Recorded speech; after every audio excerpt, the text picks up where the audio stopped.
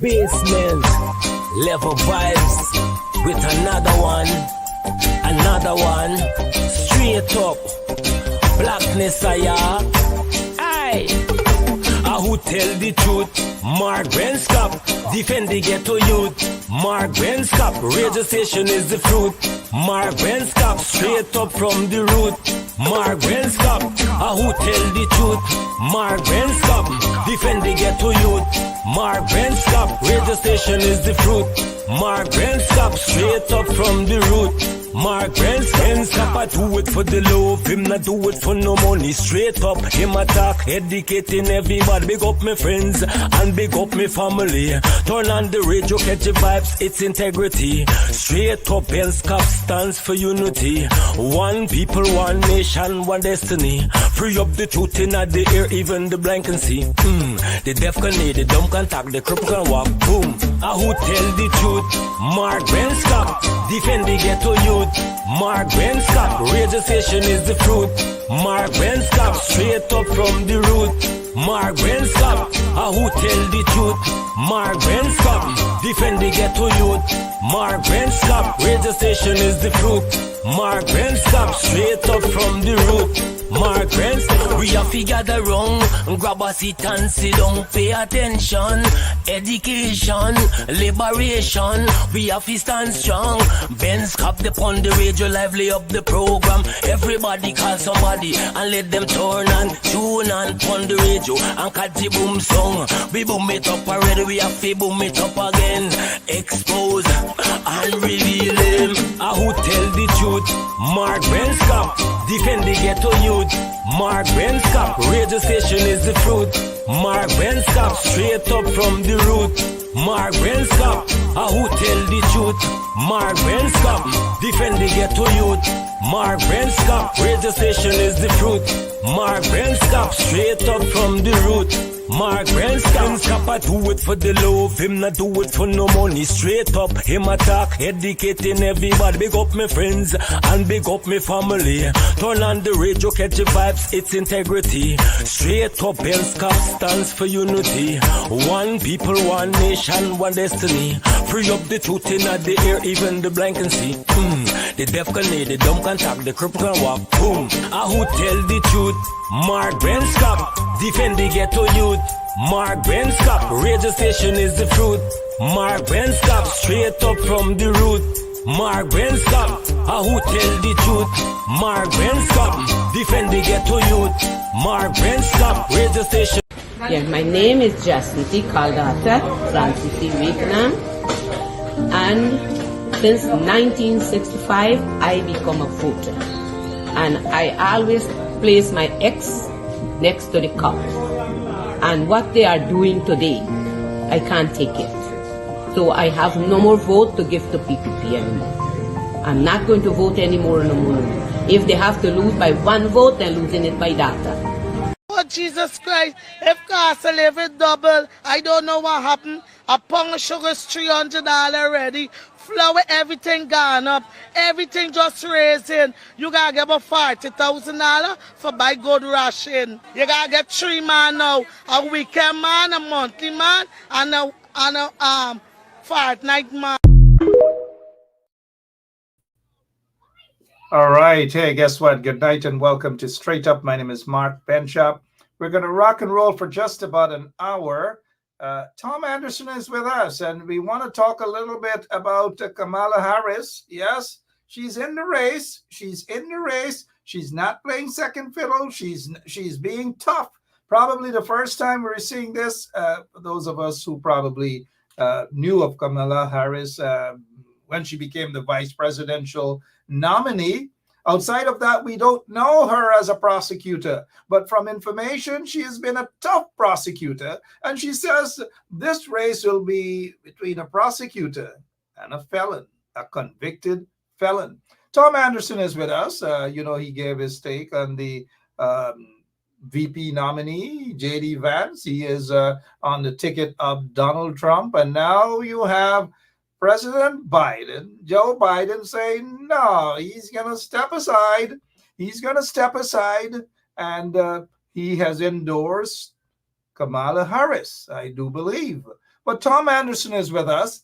Those of you who are in Guyana, you want us to talk about Guyana politics? We will do so as well. Lots and lots of corruption upon corruption, allegations of corruption in the Guyana police force, allegation of corruption in the government. Every single day, that is what. And, what's happening? Who's benefiting? The Guyanese people aren't benefiting. But let's get to Tom Anderson. Tom, good night and welcome to Straight Up. How are you, sir? Hey, Mark. Good night. Good night, everyone. How's everyone doing today? Tonight, this evening? I'm sure they're doing fine. But hey, nobody benefits. Nobody benefits. Because guess what? The corruption is so rampant that Lily Goliva, her family, Karen Ann's family, Kim Walker's family, Waveney Doris' family, all of these people, even Wayne Caesar, who's watching us, his family members out in Plaisance or wherever they are, people are complaining every single day. An oil-rich country, right, Keith Beresford? Oil-rich country, billions of dollars, right, Golly God and Wilton Blue? But nothing is going to the people, Tom. These are the same folks in the government. You, Tom Anderson, you oftentimes say, well, hey, Mark, hey, let me tell you this. Well, tell us this tonight. What should the people do with all the corruption? Hundreds of millions of dollars of corruptions, allegations of corruption in the Guyana police force, Tom. Talk to us about that first. What do we Okay, do? well, let's start here first, right? Let's start on a positive note. At least Guyana has so much. Guyana is so blessed by God to have so many blessings, to have so much richness in their ethnicity, in the people, in the natural resources of the land, that you can possibly have a lot of corruption where this stuff is going places. So, yes, there are blessings, but with those blessings, you have to take care of those. And I think people shouldn't be upset about it. It should be viewed as a challenge, right? It would be much worse if there was nothing to deal with to begin with, but there's so much to deal with that it is a problem, and it is kind of overwhelming. And any nation would have issues and would have problems dealing with what Guyana has to deal with.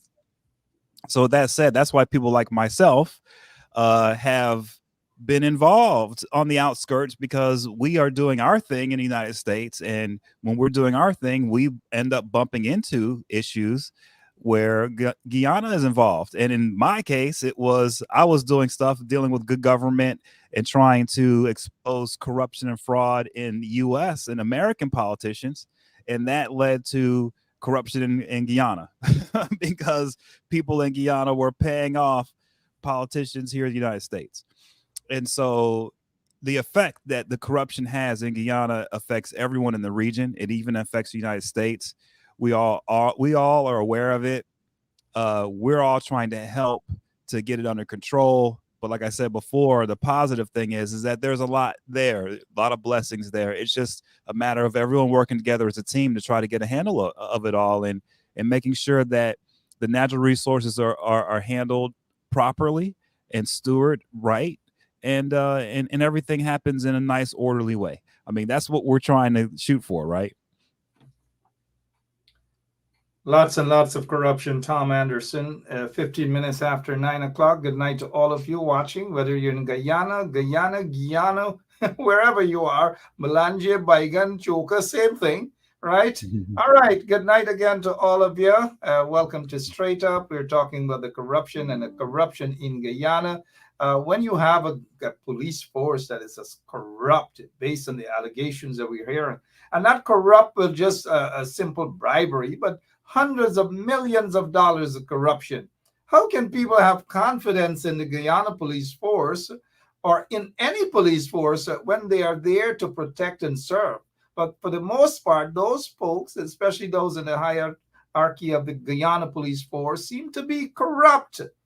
One journalist just got a lawyer's letter because he said some senior rank of the Guyana police force is corrupt. Senior rank. So everything you do now, they're sending a lawyer's letters. But quickly, before we move on, though, Tom, in Guyana, what should citizens do when the police, every single day, allegations upon allegations of corruption by members of the Guyana police force? What sort of protect and serve are they doing?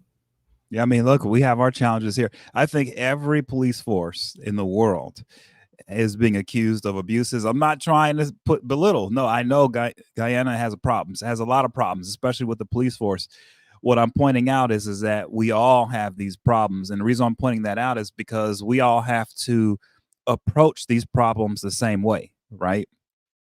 And the way that it begins, especially with policing, like I said the last time I was on the show, is you really have to get the community involved, and they have to be constantly there with the police all the time on everything, and they have to support the police. That has to happen. If you don't start off with the community supporting the police, then you're never going to get to a point where you can eliminate the corruption. That's where it begins. Now, every single community is going to be different, and the challenges facing them are going to be different, and how you handle those challenges will be different. But it has to begin with the community organizing, getting together, and then going in to support law enforcement, right? And in that support, that's where you begin to figure out where the problems are, and you go to start fixing them. And lots of problems to be fixed in the Guyana police force. Corruption galore. Every single day there's some allegations of corruption. I don't know what's happening.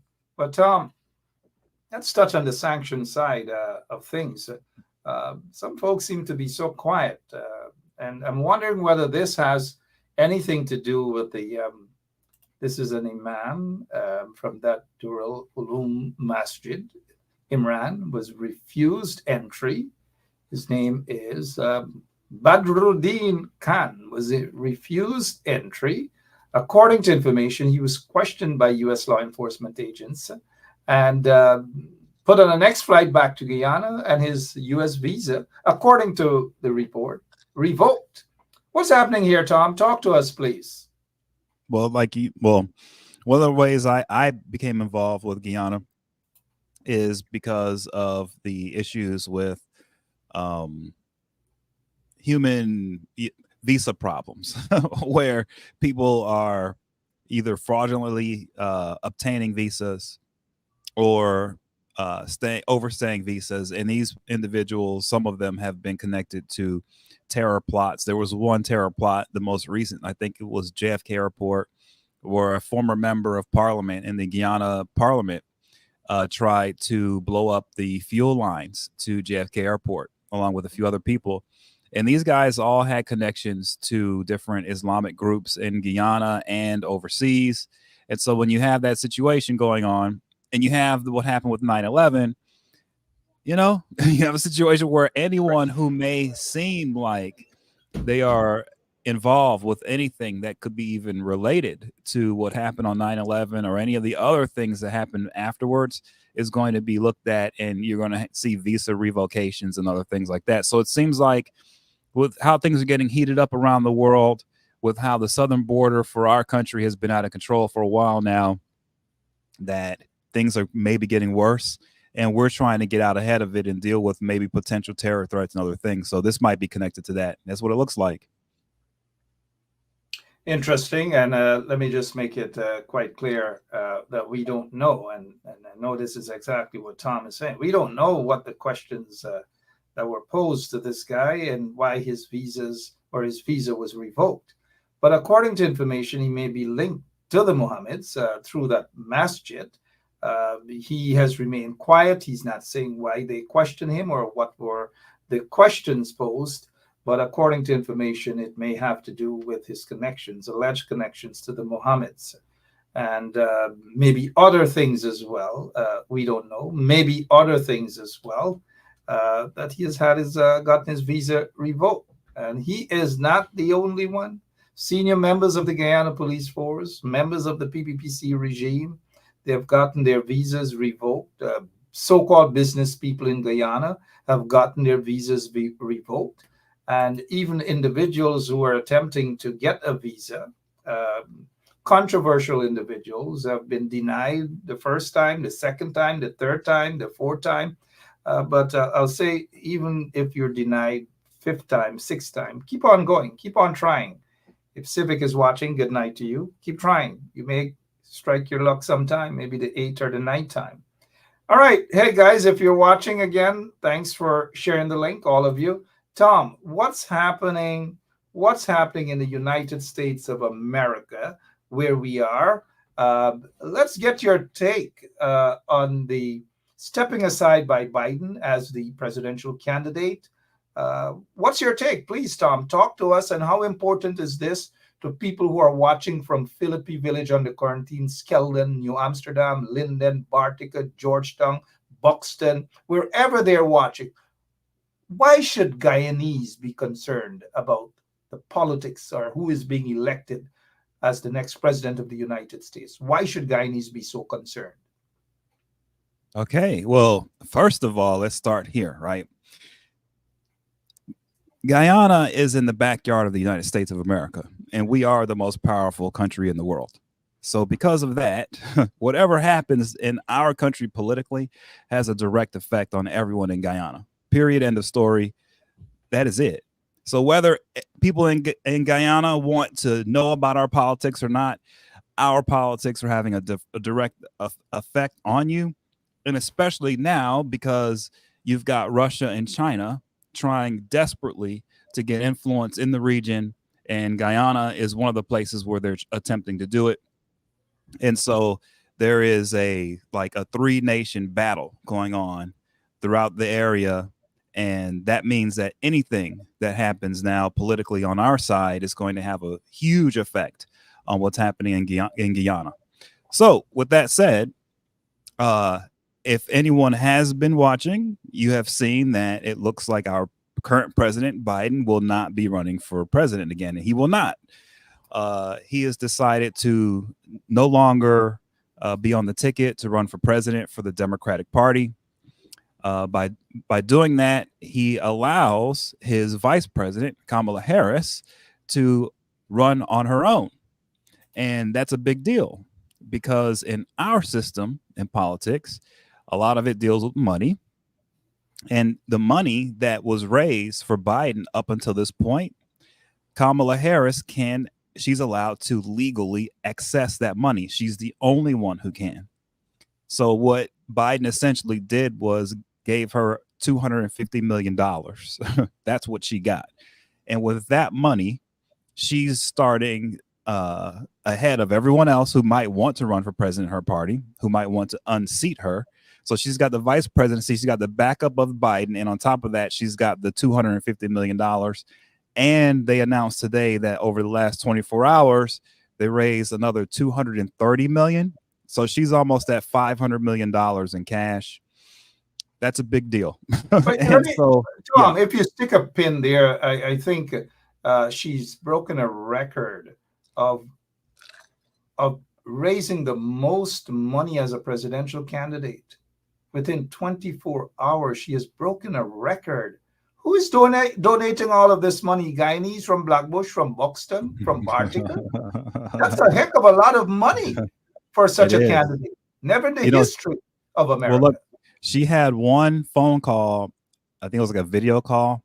34,000 Black American women were on it. And that call garnered over $1 million worth of donations. Yep, in just less than 30 minutes. Just less than 30 minutes. Yes. So they want to ensure that Kamala gets that, what is it? The black job. I know, right? Exactly. I know, her black job, the president of the United States. How enthusiastic you think, not just persons of African descent, but minorities and even all Americans, regardless of their ethnicity, how enthusiastic are they about this candidacy? Okay, so right now in the States, the people who are really enthusiastic are the people who are politically active, the activists, the people in labor unions, the political consultants, the volunteers, the people doing all the phone calls. So all of the active people who are constantly working in support of the Democratic Party, that's where the excitement is at its greatest. Okay, the general public is still in a wait and see mode. Most people are still doubting her ability. I say most because I say about maybe over 50% would say, from what I can tell, talking to people, I'd say over 50% of Americans will say they're not really sure if she can do it, right? And that's rightfully so, right? Because we want everyone to prove that they can get the job done. So she's got a hill to climb here on that. I think she can do it pretty easily. But with that said, most people are, it looks like, taking a wait and see approach. But her supporters are all in, and they are super excited. And we saw an endorsement coming straight from former Speaker of the House, the first female Speaker of the House, Nancy Pelosi, saying she endorses Kamala Harris. She's getting lots and lots of endorsements, but there's still some who are sitting on the sideline watching on. What do you think is the chance, or are the chances of someone else getting into the race to compete against her? You think they stand a chance? And if so, who might be the two top contenders?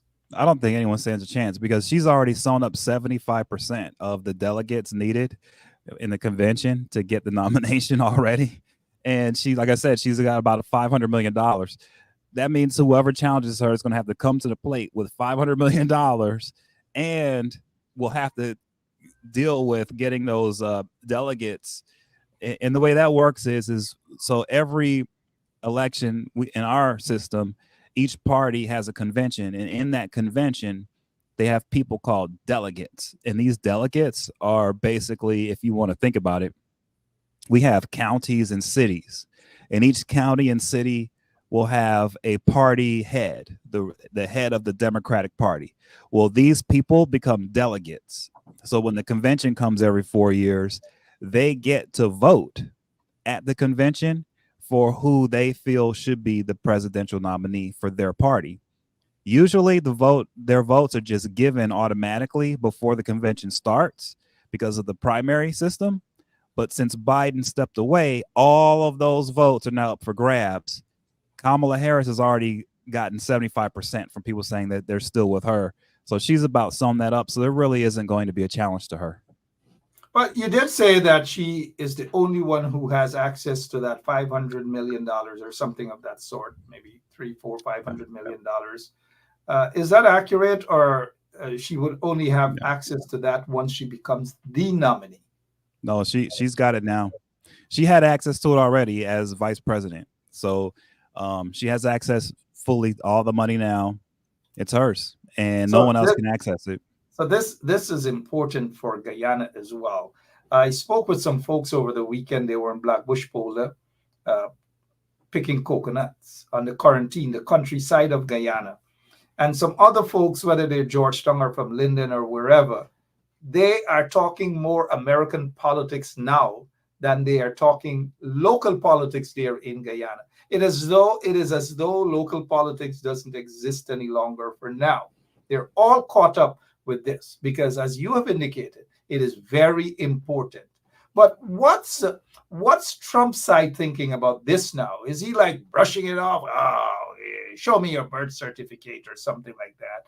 How should his side feel about the candidate, presidential candidate Kamala Harris, sir? Okay, well, it's complicated, right? Because you're going to have, with Trump world, you have people that think a lot of different things, but it usually always comes down to whatever Trump thinks. So in this case, he's going to probably think that she's garbage, that she can't beat him, and that she's a DEI, like a DEI hire or something, right? This is whatever. That's what he's going to be thinking. That would be a huge mistake. But I think that's where he's at mentally. Everyone else is probably going to be thinking, oh, they're in a little bit of trouble because she's just not someone. I know it seems like to many people that she isn't a serious candidate. And the reason why people think that is because she's running as she was the vice president of the United States. That role is usually given to someone who doesn't look too serious. I don't know why that happens, but it always happens. Okay. So like Al Gore just was never taken serious when he was vice president for Bill Clinton. Even after Bill Clinton left, Al Gore was just always kind of joked on. Right. And so that's what happens to the vice presidents.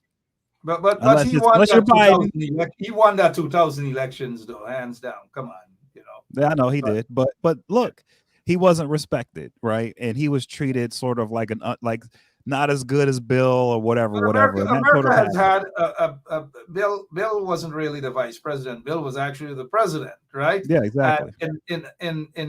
in Reagan's term, would you say that George Bush Sr. was seen as a weak vice president? No, but you had Bush Senior's vice president, right? Who was very, very weak, beyond weak. He couldn't spell potato in an elementary school. No, Spelling bee. that wasn't Bush. That was actually That was Bush Senior's vice president. no That the was other vice president. Bush Senior's vice president is the one who couldn't spell potato. Oh, Bush Senior vice president. What's his name again? I forgot his name, but yes, he Yeah. couldn't spell potato. Couldn't spell He was potato. not a very impressive man, right? Al Gore was not very impressive. You can go back throughout the history. The vice presidents usually aren't that strong, right? Or the media will lampoon them or not. Is that by design, or is it that they allow the number Well, one? the president usually doesn't want the vice president to be that powerful because even though they're on the same team, they are still competitive. Is that the president or is it the Constitution? Which one? It's the president. Okay. Because if you look at it, right, Obama had a very strong vice president in Joe Biden, right? And George W. Bush had Dick Cheney, who was very strong, and Reagan had a strong one, right? So they chose strong ones, but usually what happens is the vice president gets knocked on and treated bad. And I think that's a function of a president. Dick Cheney under Bush Jr. wasn't, and I see our listeners, they know what's going on. Dan Quayle. Yeah, Dan Quayle, exactly. Walker is saying Nixon was a powerhouse VP. I doubt that Nixon was really that powerhouse. He wasn't. Yeah. Actually, it wasn't even. Yeah. So now are we seeing within the past few days though, Tom, and I appreciate the back and forth and the with our members of the audience. Thank you all so much, guys. I'm not saying that Cyril Walker is saying Nixon was a powerhouse. I'm not sure why Cyril Walker is saying that Nixon Melhouse, Richard Melhouse Nixon. Ford was the vice president to Nixon, and Ford, remember, he took over the presidency and pardoned Nixon, right? And that was the whole idea. Goodbye, Nixon, Richard Melhouse Nixon. Hey guys, thank you all. We're watching and we're reading. But Tom, are you seeing a different Kamala Harris as of now? Well, you're going to, because what happens is when she's vice president, the Biden people decide what she is going to say and do out on the campaign trail, what kind of projects she's going to work on. And so they're not going to give her the best stuff. They're going to give her some stuff, right? Now she gets to do what she wants to do. She gets to be herself. She gets to hire the people she wants to hire. She gets to work with the consultant she wants to work with. So it's guaranteed you're going to see a totally different Kamala Harris, right? And I think a lot of people are going to be shocked by it. But you have to remember, right? People don't realize that she is very accomplished and very experienced. You can talk about her all you want, but she has held public office in one of the largest states in our country. To give you an idea of California, where she held public office in, how big California is, it's got the 4th largest economy in the world. It has a bigger economy than the entire nation of Japan. So she won elected office in the state of California, not just as attorney general, right, but also as a United States senator. Okay. And on top of that, as vice president of the United States.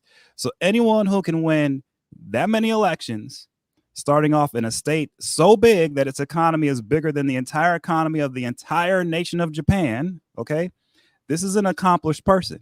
So people can say what they want about her, but there are very few people you can point to with as many accomplishments as her when it comes to elected office, which means the voters voted for her. That's no joke. Certainly no joke. Accomplished indeed. Prosecutor as well, lawyer as well. Lots of things. And I'm sure that her opponent doesn't come anywhere close in terms of academic qualifications and experience, mind you. Okay, so let me ask you this, Tom. How much you think, how important is this, especially for minority voters? Folks from the Caribbean, whether they're from South America, wherever they are, whether they're from India, because her mother is from India, her father from Jamaica, Jamaican roots, Caribbean roots, Indian roots.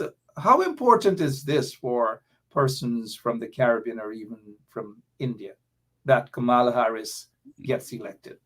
Well, it's like when we started off, I said it's a big deal because anyone that gets in the office is going to have a major impact on Guyana, on the Caribbean, period. Huge impact. But with her specifically, I think the impact may be greater than it would normally be because her background is one where she is going to have access to people who can tell her the side of the Caribbean in places like Guyana that most people don't talk about to elected officials, at least this high in office, right?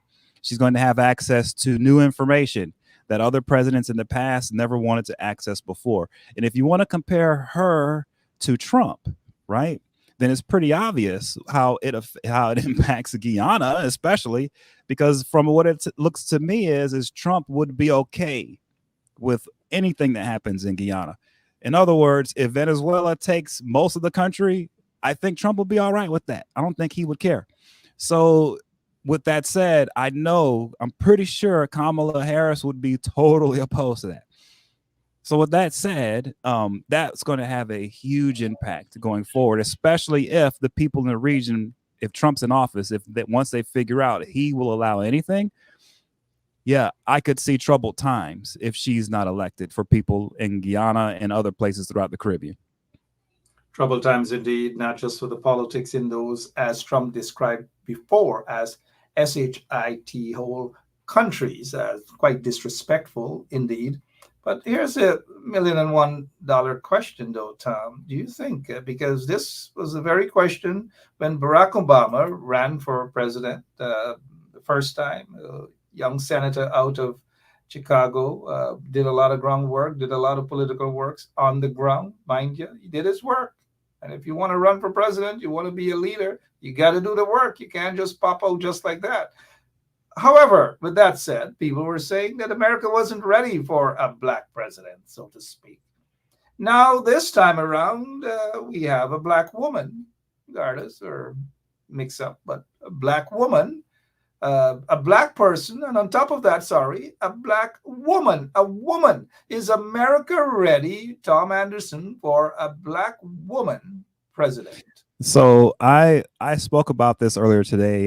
If you go to my website, lastgovernmentwatchdog.com, or if you go over to my Twitter page at lastgovwatch, or my YouTube page, I spoke about this.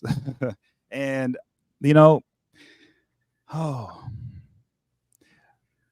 I think ultimately, when everything is said and done, for her and for what's going on in this race and what we will see going forward is a situation where she's going to step in full force as a prosecutor, and she's going to go in on this thing basically as she's looking to change over the swamp in Washington, D.C., get rid of the corrupt actors, Trump being the first one. And I think when she takes that on, she may take on a new persona and a new, how can I put it, sort of offer a new vision for America to go into. Okay. And what do I mean by that? America is changing big time. And this is what I was speaking about earlier today.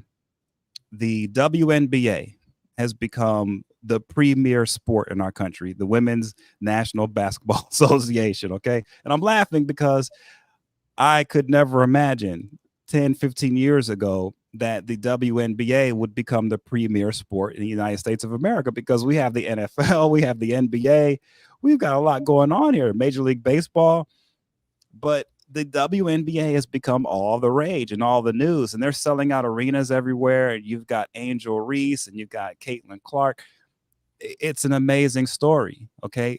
But that story is happening because we have changed as a nation. America in the past would never make women's basketball the premier sport. That's what we're doing now.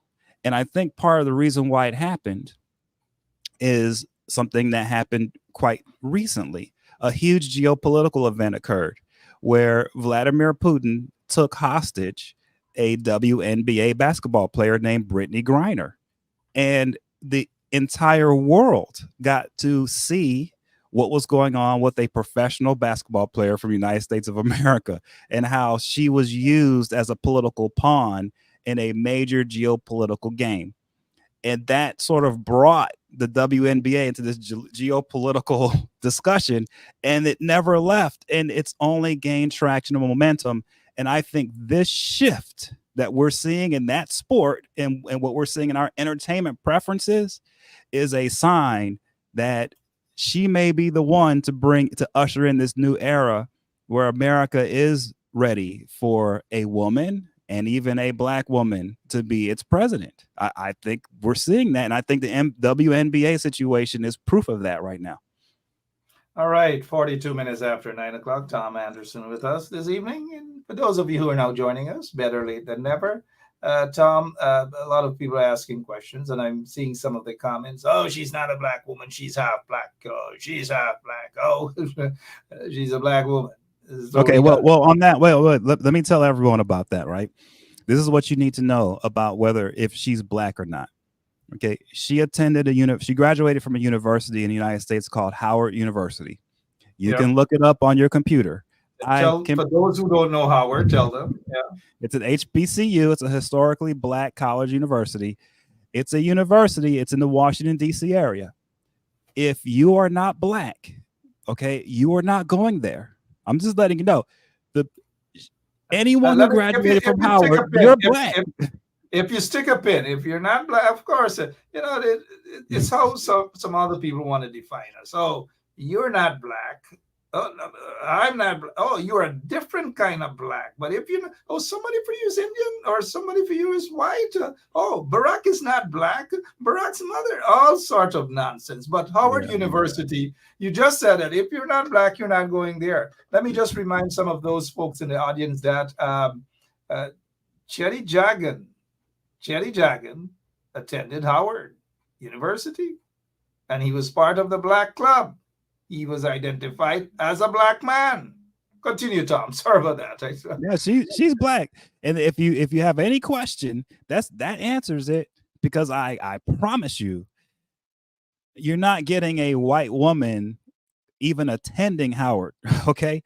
Look, I know someone, a very good friend of mine, a Black woman, who was looking to attend Howard University back in the 90s, and her family wouldn't let her do it because Howard sat in the blackest part of Washington, D.C., in a neighborhood that people were scared of, and her family just didn't want her in that neighborhood because it was that bad. Okay, so there's just no way Kamala Harris graduated from a school like that in the middle of the blackest part of Washington, D.C., where even other Black families are scared to send their kids. And her not being Black, it's impossible. So I'm just letting you know, if anyone has any questions, that's the answer. You see, some of us grew up in a society where the segregation starts with complexion, texture of hair. Oh, you're different. You're not Black. You're a different kind of Black guy, though, or a Black girl, and that's what it is. But somebody mentioned the one-drop rule. Thank you, Desiree. But those of you, if you don't know the one-drop rule, understand the one drop rule. It's society who made this out to be, oh, Mark, because of your complexion. And there are people who are of African descent cuss me out too sometimes. Oh, you're not real black. Oh, you're not. I don't buy into that argument. She is black. She might be mixture, but she is black. Story done. And you guys are entitled to, some of you are entitled to your opinion, mind you, right? I see Neville Sita going on. Madi's a black man. Modi's a black man. Who's a black man? But one of the things you don't do with Guyanese, Tom, you don't start a discussion on who's black and who's not black, and who's mixed and who's Douglas and who's that. You don't do that. But again, a lot of people seem to be surprised that and you notice somebody here saying, Bonita saying that I'm not black. Of course she's being facetious there. Ask the barber. Hey, Bonita, how are you?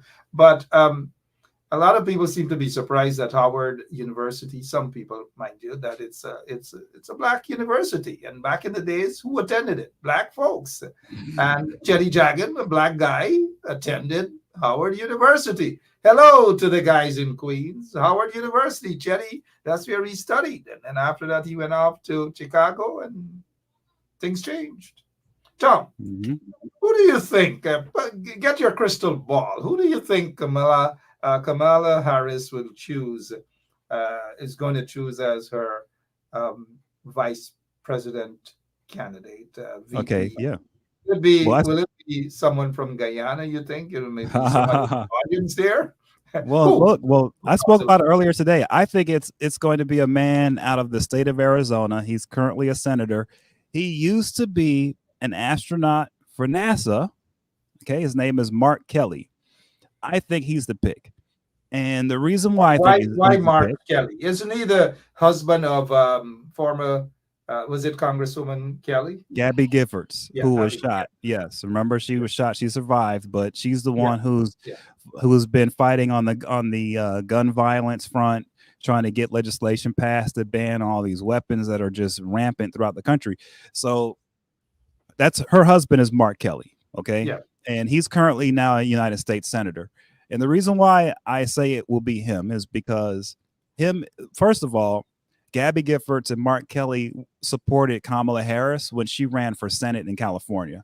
So their connections go back a long way, right? Number one.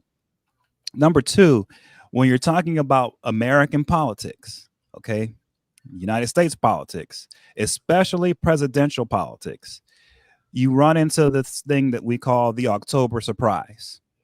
Our elections are always in November, and we have a history of in October, a month before the election, some huge surprise coming out. That's a scandal that makes it so that one of the candidates loses. Okay, it's the October surprise.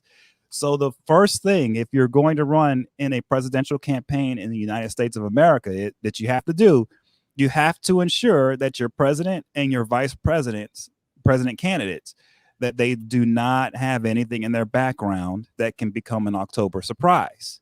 So the person that they want to pick now has to be someone who's been through the vetting process on a national level and has passed through it. He has. Mark Kelly has. In 2020, when he ran for the U.S. Senate, he had a almost impossible race to win in Arizona. The Republican Party came after him with everything they had. They paid every operative they could pay to dig into every single inch of his life. Not only did he make it through all of that, but he won that seat, and he won it on the exact same platform that Biden and Kamala Harris were running on the exact same issues. Period. So not only is he ready for it, not only is he fully vetted, but he's been on her side and in her corner for a very long time. To top it all off, there's a man named Mark Elias. In American politics, our attorneys are very powerful and they're very important. Mark Elias may be one of the most powerful election law attorneys in the United States of America. He has clients. His clients are Kamala Harris, and Mark Kelly is one of his clients as well. So that's another connection that those two have that's very important and very serious. So all of that says to me, he's going to be her pick for vice president. And if he is, Trump and those guys are going to have some problems because this guy is the real deal. And how important is Arizona and those states for the Democrats, and to choose someone like Mark Kelly? I do think Mark Kelly is a perfect choice, so to speak, because as you've mentioned, the vetting process, there's not much there to vet. Wouldn't be no November, October surprise springing up on people there. And I'm glad that you've mentioned the vetting process, because if there's one little thing that pops up in your history, then they got you on that. So far, they don't have Kamala Harris on that. They don't have Mark Kelly on that either. So it seems to be, a good pick, a good choice. But we'll wait and see. How important is Arizona, though, or to pick someone from a state that is important in the elections? That's massive. They need, you can't, I don't know if they can win if they don't get Arizona. So that's the other thing there, is that you're getting in almost a state that you've got to get if you're going to win the overall election. Got you on that. And do you recall how the Democrats did last elections in Arizona? Remember, Trump was like, it was so close that Trump said that Biden stole it from them, right? And so it was so close. As a matter of fact, remember, Trump got mad at Fox News because they called Arizona early in the night, and everyone thought, how could they do that? And it ended up being a really close race, right? And it ended up being very controversial. And Trump and those guys felt like that kind of slid the race over to Biden. And so that was a big controversial state, Arizona. So we're going to be looking at another controversy in that state again, a very close race. So picking a senator from there, very smart move. All right, because the big question back in 2020, why Arizona went to Democrats? Why? That's a big thing. And the changing of the electorate in Arizona that handed the historic victories to Democrats in the former Republican stronghold. So that is very important. We will be keeping an eye on Mark Kelly, Senator Mark Kelly there. Interesting. But, one of the things, sorry, I have to scratch my ear for a moment as I ask a question about Trump. No pun intended there. But Trump seemed to be very quiet these days. Why, you think? Well, first of all, they were already planning on Biden not being here, right? So they had already been planning that. And I think he was been quiet because he's been allowing this process to just unfold, which it did. But I think now they're still being quiet because I don't know if they are sure about how they're going to come after Kamala Harris. I think they're looking at this situation and they kind of thought that they would have a game plan, but I don't think they have a game plan. And I've looked at what they're doing today and they just, it doesn't seem like they've got much going. So to me, it looks to me like they're planning for someone else. So what's your game plan other than talking tough on immigration? That's all. Scaring people on immigration. And guys out there, don't take chances. Immigration, that's it. Somebody also mentioned, Tom, I know you were about to say something, and as we include our members of the audience, who's it out there? Governor Westmore? What candidate would he? Because he'll have to go through a heck of a lot of vetting process from probably when he was 6 months old. Yeah, that's tough. The vetting process is the governors. I don't know, man, because the governors usually get vetted by the state people and stuff. And it's a different story when you're running nationally because, these other campaigns will hire people like me. Okay. And I do the work I do and the work that guys like me do is on a totally different level than what you have going on in the state level. So all these governors might look okay. But, unless you see someone who's run on a federal level on a race that was targeted by the national GOP Republican Party apparatus, you're really not going to know for sure what's really going on with that candidate. Fair enough, too. And good call there, I think, on the Mark Kelly for VP. Because apart from the fact he's an astronaut, went up there in space, his wife got shot, was by her bedside. He showed a real example to America and the wider world as a very supportive husband. Sorry, Tom, I had to look. All right. Very supportive at that critical juncture in his wife's life. Outside of that, also a military man, a vet. All of these things, they can go after him. They could be silly to try to attack him. But this is a man who went out and served his country, went out and served his country on the battlefield, went out and served his country in space, and is now serving his country and his people in the capital. How could they attack him? Now, I noticed someone said earlier that MSNBC, I don't know who said it, the Republicans seem to be having regrets with your friend, J.D. Vance. If so, why? Well, the problem with J.D. Vance, and when I predicted that he would be the pick, the reason why I predicted it is because Trump cares about loyalty above all else. And if the people around Trump will let him get away with it, he will pick the person that he knows will never say no to him ever, ever, ever. And that was J.D. Vance, right? And I said at the time, I go, that's just not a good idea. The guy they should have picked was Marco Rubio, okay? Because Marco Rubio is the kind of guy who mean little Rubio, little Marco, Florida? Little Marco, man. Marco Rubio from Florida? Yeah, man. Yeah. Why should they have picked Marco Rubio? Look, let me tell you something. Marco Rubio is the best debater that we've got right now in politics. Like, I'm just letting you know, the guy is great. And so he. But you still got to be careful with a Marco Rubio and his support in Venezuela and so forth. Yeah, but none of that stuff matters because it's Trump and he's his vice president, right? So that's why what you need if you're Trump is a guy who can withstand the onslaught of the Democrat machine. And that machine is serious because it's most of the mainstream media. It's all these law offices. Most attorneys are Democrats. Okay. So you got all these lawyers out here. Including Kellyanne Conway's husband, who has taken umbrage with something Kellyanne Conway said about. That's right. That's right.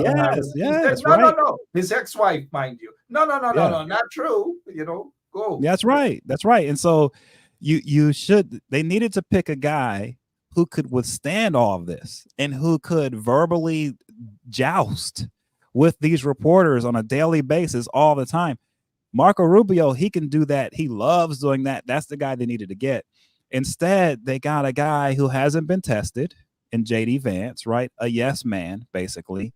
And unfortunately for him, he's never been under the true heat, and he's about to get it in a way he's never imagined before. And he's not going to get much help from inside the Trump campaign system because they just don't have any sympathy for anybody. So he's on his own. He's only going to be able to take orders, and he's already starting off. It looks pretty shaky. So they're regretting that pick by now, and they're going to regret it in the end because that was a big mistake picking him. I think. Very, very shaky indeed, because I saw, though, Tom, at the Republican National Convention when his wife was introduced and how they treated her. It appears that they have no respect for her.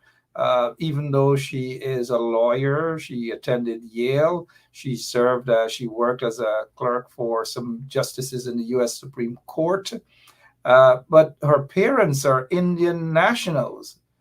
Folks probably would have thought that could be a key role in terms of getting minority votes, so to speak, mind you. But the right-wingers say, deport them on all manner of disrespectful things when it comes to immigrants. These very right-wingers, so to speak, should understand how America was built and where these same foreparents of the right-wingers, so to speak, came from. They came as immigrants from other countries.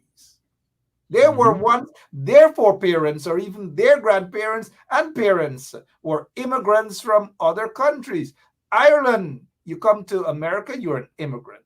Italy, you come to America, whether it's from Sicily or Pomeriere or wherever in Italy, whether you come from Greece, you are an immigrant. You are a child of an immigrant parent or parents. So I don't know why these dunce-stuffs, most of them in the right-wingers, seem to have something against immigrants, including Trump. Trump had illegal immigrants working for him. Almost all of Trump's wives are immigrants. Why do these people hate immigrants, Tom? Why? Well, Why? before I get to that, let me just say this about Rubio and being from Florida and the 12th Amendment saying that two candidates on the presidential ticket can't be from the same state. Well, back when Bush ran with Cheney as vice president, Dick Cheney was a resident of Texas. He had been living in Texas for a very long time. And at the last second in July, before the campaign of 2000, he changed his residence to Wyoming. You can do that. Okay. So this idea that Marco Rubio couldn't be picked because the Constitution says you can't, that's not true. At any point in time, Rubio could have changed his residency to another state at any time, and he would have been on the ticket. So there's no such thing as a 12th Amendment keeping someone off because they're in the same state. Just not true. Dick Cheney proved it. That's the case on that. Now, when it comes to immigrants, right? And but speaking a perfect example in terms of the state was Hillary Clinton when she ran for senator of New York, and she changed her residence to New York in order to register to vote. That's another example. Yeah, you're allowed to do that stuff. There's no such thing as. So anyway, with that said, the reason why these guys point to immigrants as a problem is because they're constantly looking for some boogeyman to blame so that they can punish innocent people for things that they never did. That's just what they're doing. Okay.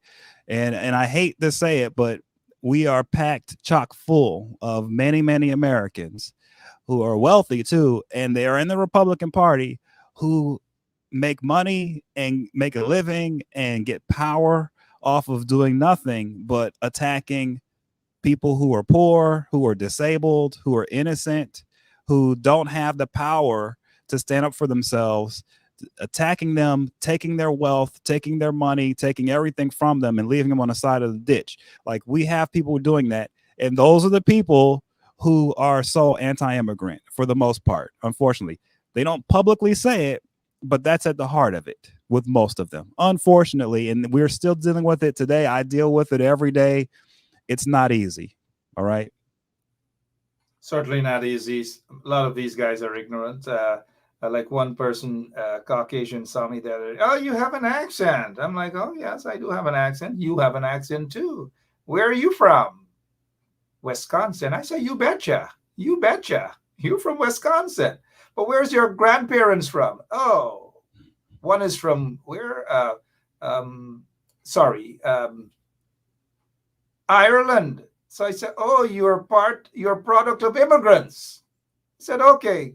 Conversation ended right there. You're a product of immigrants. So these dunstogs have to stop this nonsense to make it look as though being an immigrant is a crime. It is wrong. You know, hundreds of thousands of people from Europe rushed to America. A lot of them came illegally. All manner of things. Really? So some people coming from the Caribbean and coming from India and Africa and so forth, all of a sudden make migration to America so bad. Unless, of course, you could sleep with them and make them your wives or whatever, it becomes good. Anyways. Well, you know, I will say this, right? In my own personal experience, having grown up in Miami, right? I grew up around mostly people from other countries, and mostly people who didn't speak English for most of my life growing up until I went to college. And it wasn't easy. Okay, there were a lot of ups and downs. There were a lot of clashes between communities going on and other things. But the main thing that I learned in that as an American citizen here and talking to because I worked within the conservative movement here for 15 years out of Washington, D.C. So I'm very well versed with the conservative movement. And what I noticed was the difference between me and other conservatives was that I lived with an entire hundreds of thousands of immigrants in Miami for a lot of the life I lived on this earth. And my experience is that it wasn't all positive, but at the end of the day, my life was enriched in ways that it would never happen otherwise. And so when I hear people speaking about immigrants, the way that they do that are conservatives who don't know any better. I feel bad for them because that's the problem. They're ignorant. And that's the only difference. If they knew these immigrants, if they actually live with them and work with them, they'd realize that those immigrants work harder than them. Okay, I'm just sorry. They do more. And in a lot of cases, smarter or even more qualified too. But that's right. That's what it is. It's just political crap. And Trump and God forbid Trump gets back in there, he's going to be very vindictive. He's going to have a vindictive approach towards immigration. For some reason, it's just a tough talk and want to punish people because they may come from Ecuador or maybe Jamaica or Guyana or India or wherever. It's got to stop. And that is why you guys have to go out. Stop saying you're not going to vote.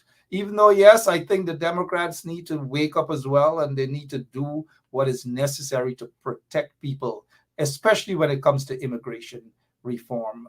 Hopefully they'll get the majority in the Senate and the Congress to make these changes and to push for meaningful immigration reform to deal with DACA instead of having those people, those young people as political pawns and all manner of things. It's got to stop. And if you guys are serious about that, go out and vote.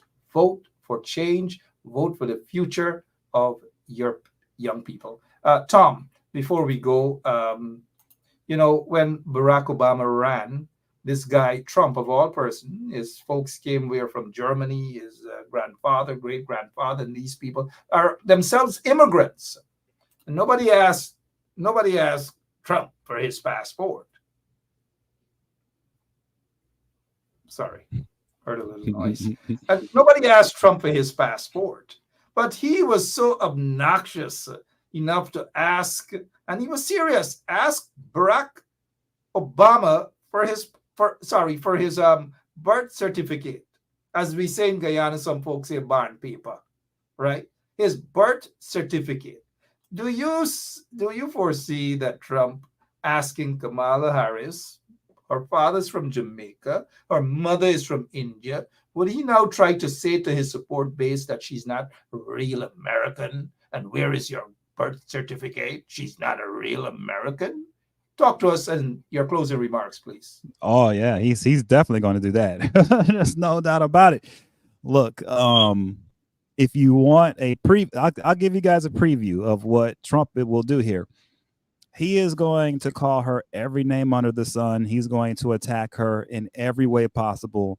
He's going to attack her family, her husband, her children, all of it. Period. End of story. And he won't stop. He will do it day in and day out. He's going to order all of his people to do it. They are going to treat this as a situation where they want to assassinate her character. Okay. And they will do whatever it takes to eliminate who she is as her image and her character in the minds of the people and just smear her every chance they get. That's where we're headed with this. And of course, the risk he runs in doing that is tremendous pushback, even maybe from his own supporters. It's possible. I doubt it. I think we're in gridlock and it's going to be a close race no matter what. But I think in the end, his negativity is going to help her win just slightly. It's still going to be close, but it's going to actually help her. And I don't think he can help himself. He doesn't have a choice. He only has one gear. Okay. And that is attack. That's all he's got. And for attacking her, the only way he's going to be able to do it is, like you just said, he's going to question her nationality, her ethnicity. He's going to question her identity. If he can, he's going to question if she's even a woman. He's going to even do that. Okay. That's how far he's going to take it. Very, very far indeed. But we've got to watch, though, with that near miss. He might be having this moment of introspection and all manner of things that God made it happen. Just a tight. And I'm not making a mockery of any sort of assassination attempt, but sometimes those sort of things, near death, kind of wake people up. He has been very silent. He hasn't been vicious these past couple of days. And I wonder why, or is he saving his energy? Because look, going back to what you said, Kamala Harris, he's going to have to attack her. Of course, he's going to want to attack her on her race. He's going to question whether she is a real American. He's going to attack her as a woman. And those three things, Tom, those three things can injure him politically. And J.D. Vance wouldn't make a difference in helping him anyways. But Tom, it's always a pleasure to have you on here. We want to have you back as often as possible because elections right around the corner. I'll be watching. We will be watching this Mark Kelly, your prediction. Mark Kelly, I want to think that for some reason I support you on that, Mark Kelly. But we'll see how it goes. Is there anything else you wish to say before we pull the curtain down this evening? Oh yeah, just if you guys want to see more of my work, it's I have a Substack. It's Thomas Anderson's Political Garden, and just go to my lastgovernmentwatchdog.com. I'm always posting my work. I'm on Twitter a lot too. So one thing I would like to say is this: is that if you want to understand where I'm coming from when I'm speaking about politics, even when it comes to Guyana, anywhere else, I'm really for whoever wins, believe it or not. I don't take sides. So I'm not a supporter of Kamala Harris's and I'm not a supporter of Trump's. I'm not taking a side. I won't take a side. And here's the advantage of not taking a side. The Bible says that. Yeah, well, here's the advantage, right? When you're not taking a side. Is that I can see the flaws in Kamala Harris clearly, and I can see the flaws in Trump. And no matter who wins, it's my job in life and what I've been called to do is to point out those flaws and try to get them to change, no matter who wins. So I don't really care who wins because I'm going to be a critic regardless. We got you. Tom, we're Guyanese, but we got. They have 5 senses, but Guyanese just 6 and 7 and 8. Look, people loving you. People say they're loving you. Tom for president of Guyana. Tom for president of Guyana. It wouldn't be the first time that a born American ran for president and slipped through the back door, as Janet Jagan did, slipped through the crack, so to speak. Tom for president of Guyana. Tom, you got some celebrities in Guyana watching you as well. We got Basil Bradshaw saying very informative, sat through the entire class. This is the first class that Basil Bradshaw attended, and he sat through. All the other classes, he walked out. From primary school, nursery school, secondary school, he walked out. Basil Bradshaw, good night to you, my brother, and good night to all the other. We have Commissioner Cole, we have George Tanner, everybody just watching tonight. Sean Withers, Corinne Day, Desiree Simmons, everybody, we appreciate all of you guys. And if you're in the United States of America and you can vote, just go right out. Go right out and do what you have to do. If you haven't yet started your immigration process, do it so you can become a citizen and vote. You can do it. Bonita, Montague, thank you. Tom, thank you so much. We got to talk next time about your podcast, your blogs, and all these sort of things. We got to give you a plug because you've been here for us too. Thank you so much, Tom. Thanks, guys. Everyone, have a great night. It was fun. Thanks again. Take care. Lots of fun indeed. Hey, guess what? I don't want to go this evening, but I've got to go. We got some stuff. This week, we'll have some other folks on. We'll have Sharma Solomon on. Sharma Solomon. And for those of you in the PNCR, good night to all of you. Tonight, we missed out on the new General Secretary, Sherwin. Sherwin is somewhere in Bartica. He got a message. I wanted Sherwin on for a few minutes. That is, Sherwin, Christopher Benjamin, country boy, Irish Village, the Benjamins. All right. So Sherwin will be on sometime soon with us right here on 107.1 FM so that we can ask him some questions. But for now, I've got to go. Thanks to all of you who tuned in tonight.